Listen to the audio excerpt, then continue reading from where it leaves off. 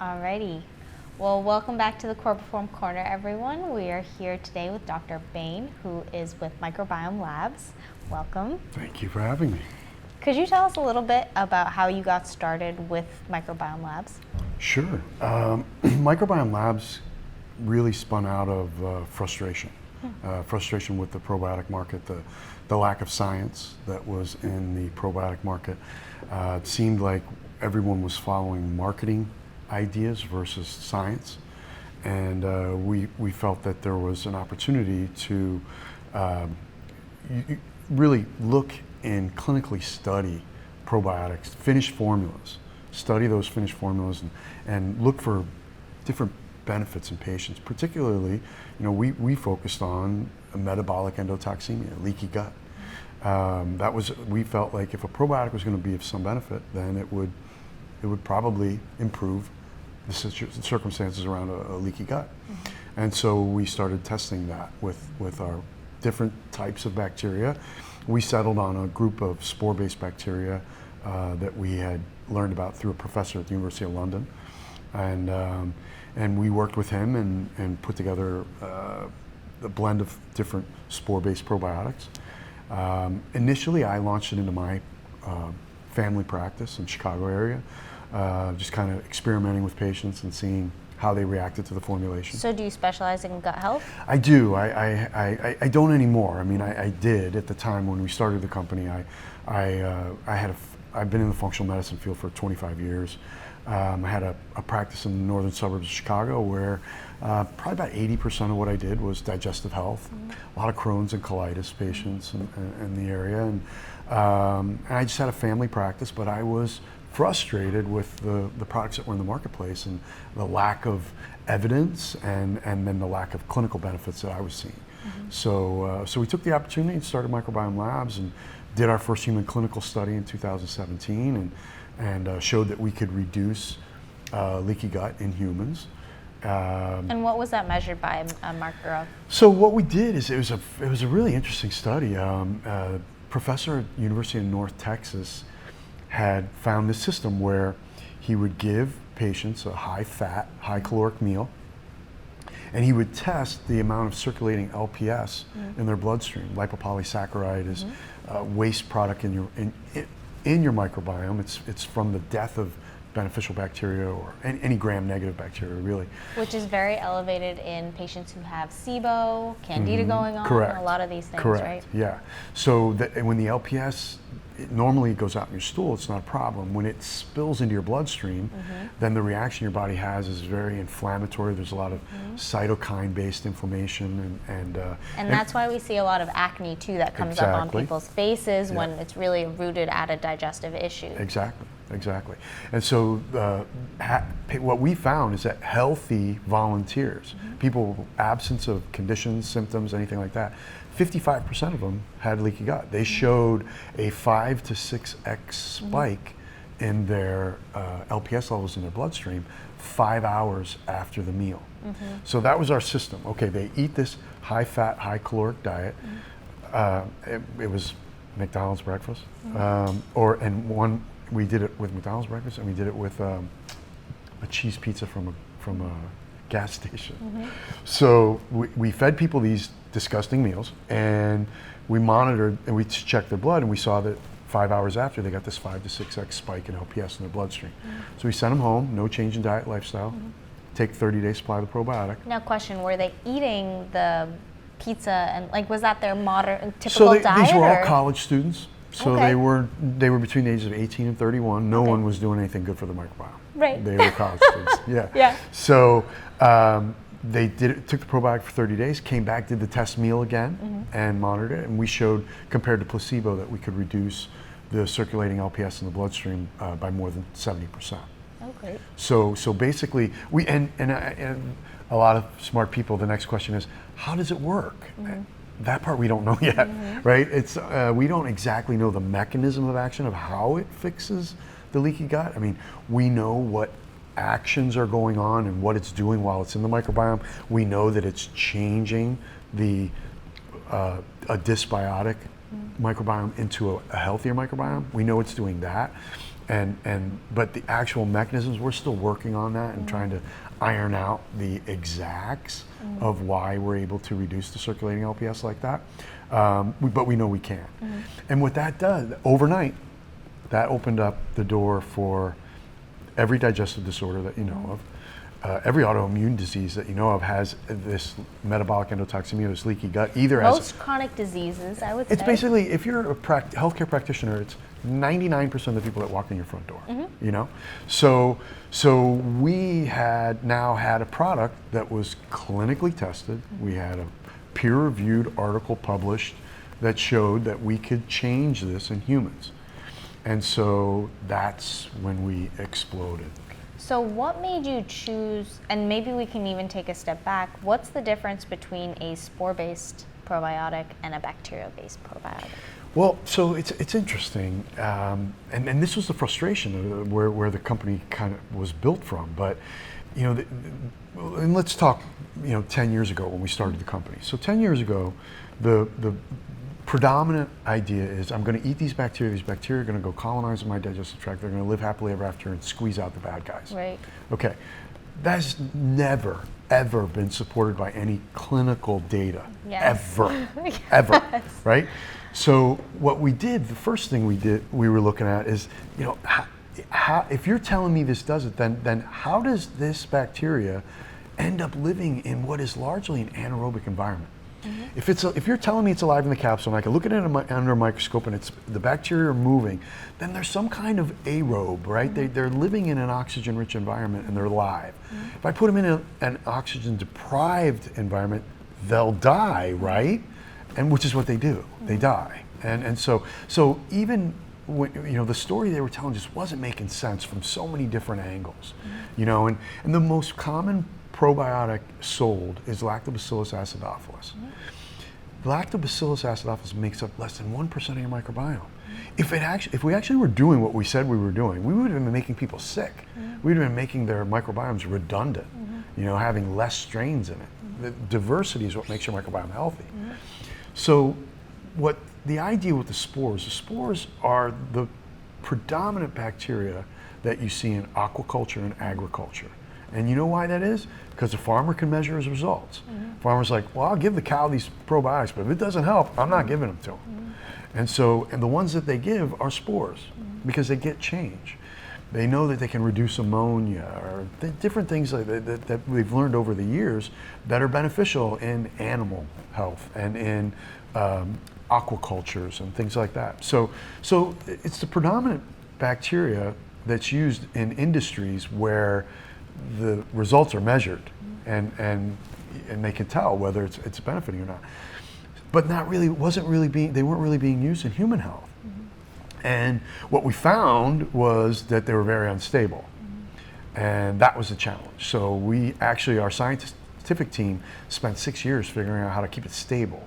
So a lot of the spore-based probiotics that you see in the marketplace now, they call them spore bacteria. They're bacteria that can be in a spore form, but in that capsule, the majority of them are not. They're at most 30% spore form. So the Microbiome Labs products, our secret sauce is that we're 100% spore form. And so that delivers, because if it's not in spore form, just like the bifidobacteria and lactobacillus, it's not going to survive through the stomach acid. So what makes it in spore form? So some bacteria have, as part of their life cycle, the ability to sporulate. And they do it typically in response to an environment that's not an environment they like. Maybe there's no food, maybe the temperature's not comfortable for them, whatever it may be. So they dehydrate themselves and basically go into a dormant state. In order to be able to grow spore-based bacteria, you have to ferment them up. And then they're active. They're in their vegetative state. They're moving around. They're making babies and doing what bacteria do. When we're done with that process, we then have to shock them back into spore form. And that's a proprietary thing that our scientists figured out how to do. So then we know when we deliver 4 or 5 billion spores, we know that those 4 or 5 billion are getting right to the small intestine and being delivered. And then what they do is they're like the police. They're in relatively small numbers compared to all the other bacteria, but they keep order. They identify the pathogens. They use quorum sensing, which is how bacteria talk to each other. And they can identify the pathogens, and then they fight with them. They have, first they'll fight for food or space. If that doesn't work, they have the ability to actually turn and produce 25 different antibiotics to kill down bacteria that aren't supposed to be there. So, and then they pass through. They spend about 3 weeks from mouth out to your toilet bowl. So they don't colonize and live in your digestive tract forever and ever. They're transient bacteria, but while they're there, they're cleaning house. And they're creating an environment that's conducive for the bacteria that you have in your microbiome to increase in its numbers. So no matter what you've done, if you've taken IV antibiotics for 10 years, you still have a signature of bacteria that you got from your mom. Now, if you take antibiotics for 10 years, you probably have a lot of yeast and a lot of other things that have taken the place of a lot of the bacteria that you've killed off. But that signature, that's you, that's literally like your fingerprint, you always have that, no matter what you do. And if you feed that, you can bring it back.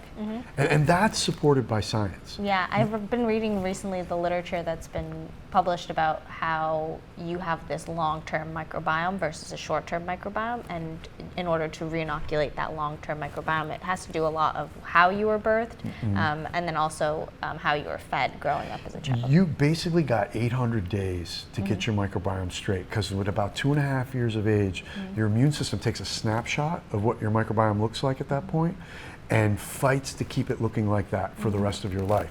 So if you've just had antibiotics, you've got tubes split in your ears, you're eating sugar, refined sugar and processed food, that microbiome looks awful, and now your immune system is fighting to keep it to look awful, right? That's when you have chronic disease. That's when you have patients that are, you know, they're sick as children, they continue to have problems as adults, they're got multiple different diagnoses, their digestive problem turned into an autoimmune disease, right? So this is this chronic process.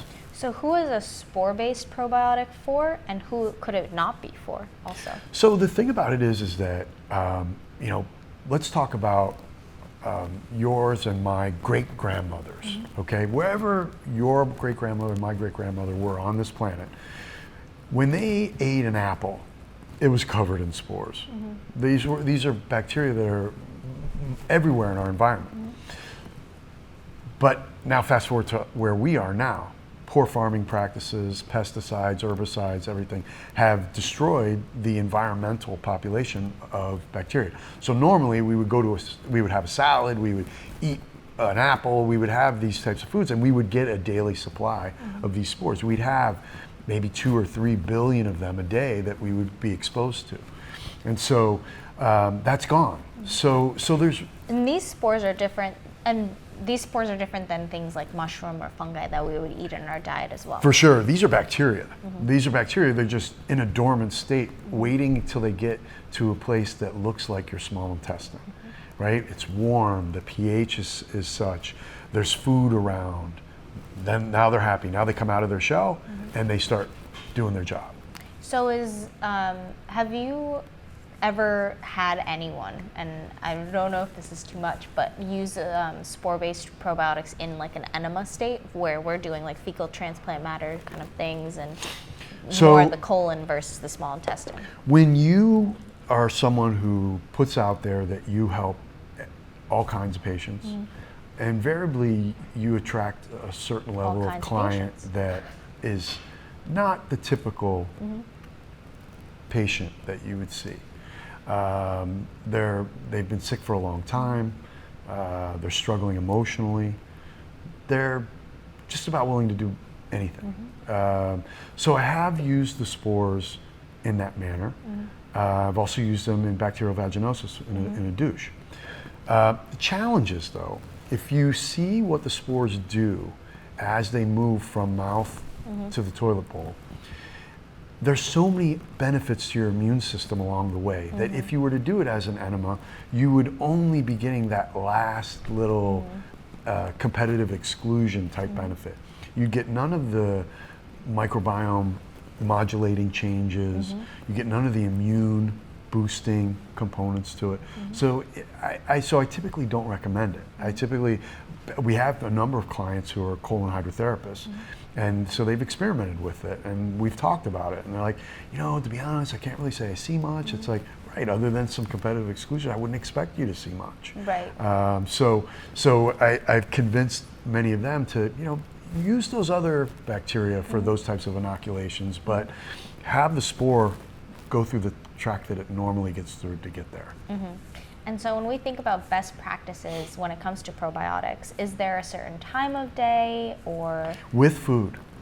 Right? Okay, I'm so glad you say that. Right? I'm so glad you say that. I just turned this whole conversation upside down, right? No, because I've always been preaching like, you gotta have it with food, because we think about it. What feeds the probiotics, right? And what is our data that's showing us about cultured things and things like that? It helps to break down the food, absorb the nutrients. You need the bacteria to do that. However, when I look at the literature, a lot of companies and a lot of the literature is also promoting that you take the probiotic at night, first, like last thing on an empty, quote, stomach. Right. Because it helps to inoculate the gut. And I'm questioning. So here's the thing. All right, you're using logic and experience and knowledge. Okay, that has nothing to do with why they're recommending you to take it before bed. They're not using any of those things. It's purely a marketing play, right? They're saying take it at night because they know the bacteria dies in the stomach acid. So they're saying if we take it at night, there's less stomach acid. But it still doesn't change the story. You still have an aerobic organism trying to live in an anaerobic environment. Right. You still have the acidic nature of the stomach. Even if there's less, there's still some. Right. You're still gonna have the challenges. I'm so about like symbiotics, guys. We Right. have a prebiotic and we have a probiotic. You got to put them together. Exactly. Well, so what we found, and this is another thing, you can actually do tests where you can observe what your probiotic does in all the different compartments of the digestive tract. It's like an in vitro model, but you're able to see like how does the probiotic behave in the small intestine? How does it behave in the ascending colon, the transverse colon, the descending colon, right? And you can see this, and it's an experiment that's done in universities. No probiotic companies do this, and the reason they don't do it is because it doesn't do anything. And it's really not that expensive. If you're a big probiotic company, you should be able to afford one of these research studies. It's not that expensive, but they don't do it because there is no outcome. They don't change. The environment isn't impacted by them being there, and so they don't bother with it, right? So the idea of taking probiotics when there's no food is a marketing ploy around this idea of knowing that you can't get past stomach acid. When we do those SHINE studies, we see that our bacteria functions 20% more when there's food present. When there's protein and there's sugar for it to be consuming when it comes out of spore form, it functions 20% more than it otherwise would if there were no food. So clearly they just want to be fed. And so we always say take the bacteria before or after your meal. That's the ideal time to take it. So tell me what your favorite product is that you guys released, because I'm most familiar with Megaspore. And is that the one that you had originally stated that kind of launched the company with the 7 strains? Okay. Yeah, that's the hero product. We were a one product company for almost 4 years. It was really the inflammatory bowel patients that pushed us to create more products. And so it was where we'd get some improvement with some of the inflammatory bowel patients, but not enough. We were like, we need something else. So we brought in some other products. Megaspore is the game changer. It really is when people are coming into the functional medicine environment for the first time, or people are trying a probiotic for the first time. It's almost the only thing you need for many patients who show up on, with digestive issues or autoimmune type issues. Is the change you get just from that product is so intense and so quickly visible to the patient. How quickly? I've seen it be immediate. Now, that's not everybody sees it as immediate. The challenge with the spores is that a small percentage of people will have what would appear to be a negative reaction when they first start taking it. It's a die-off reaction. Less people have it than you would think, but some people do have it. And you can't really say, I think this person's gonna have it. You can have really, really sick people who do fine at the full dose, and you have people who otherwise look very healthy that when they start taking it, they get a loose stool or they get some intestinal cramping or something like that. So we recommend everybody just titrate them up. So the full dose is 2 capsules a day taken with or after a meal. So what we do with everyone is we start them on 1 cap every other day for a week, then 1 cap a day for a week, then 2 caps. If there's going to be a problem with the patient, they'll see it at the lower dose. It'll be more manageable. You can stop, you can could wait it stop, out. or you can ride it out. Because Right, a lot of right. times it's just like, the patient will say, I've got a little bit of a loose stool. It's not a big deal. I'm a little worried. I wanted to ask you about it, but if you say I can fight through it, I'm fine with that. And then in 5 days, it's typically gone. So that's how, and we've had that right there. The context of that comment right there is the gist of who Microbiome Labs are, right? We are clinicians, we are practitioners frustrated with the lack of impact that we're having for our patients. So we've gone out and created specific products that weren't in the marketplace. We don't have a product for reducing cholesterol, right? We'll never have a product for reducing, even though if your microbiome's healthy, you'll synthesize cholesterol healthier, but we'll never have a product. This is for people with high cholesterol. There's enough of those. We're not going to be a Me Too company. We're not going to just do something because other people are doing it. And the whole idea around understanding how to work with Megaspore with a patient and coming through with the titration instructions is just an example of how we're different from all the other companies. Even looking at small intestine bacterial overgrowth, we take a totally different approach to it. Everybody looks at small intestine bacterial overgrowth like, gotta kill it, gotta kill. Most of the time, small intestine bacterial overgrowth is your good bacteria in the wrong place. So if you're gonna kill it, you're gonna kill it everywhere. Not the best idea. We all have an inborn mechanism to prevent small intestine bacterial overgrowth. It's called our gallbladder. It's called bile production. So you eat your first bite of food and your gallbladder produces a bunch of bile and it cleanses all the bacteria out of your small intestine. That's why we all don't have small intestine bacterial overgrowth. So our focus was, well, why are we going to kill the good bacteria? Let's just use this bile cleaner to make sure that the good bacteria stays where it's supposed to be in the large intestine, not the small intestine. And keep your cholesterol down, right? And keep your cholesterol at the same time. Yeah, right. there you go. Well, great. Let's see. If there's one thing that's most exciting about probiotics right now, what would it be? So, it's interesting. The world we live in now is a different world than it was a couple years ago. And one of the hardest things that we're dealing with as a society right now is mental health. And so from my perspective, for mental health, that to be coming full circle now, and for us to be talking about the microbiome and mental health. And so that's the lecture that I'm giving at the Biohacking conference today in Boston is the gut-brain connection. And how do we restore balance between the gut and the brain, the gut being the second brain, because that's critical for health. But what we're seeing when we don't have that good connection, we're seeing weight gain, we're seeing a sluggish feeling and fatigue, and we're seeing anxiety and depression. And now we're seeing that if we can restore that connection between the gut and the brain, then we've got ourselves a hack for anxiety and depression. So how do we do that? So it's interesting. There's 2 different components that are driving this, right? So what we have is we have 2 brains, our gut and our brain, our central nervous system, the brain and spinal cord. And then we have the enteric nervous system in the gut. There's more nerves in the gut than there is in the rest.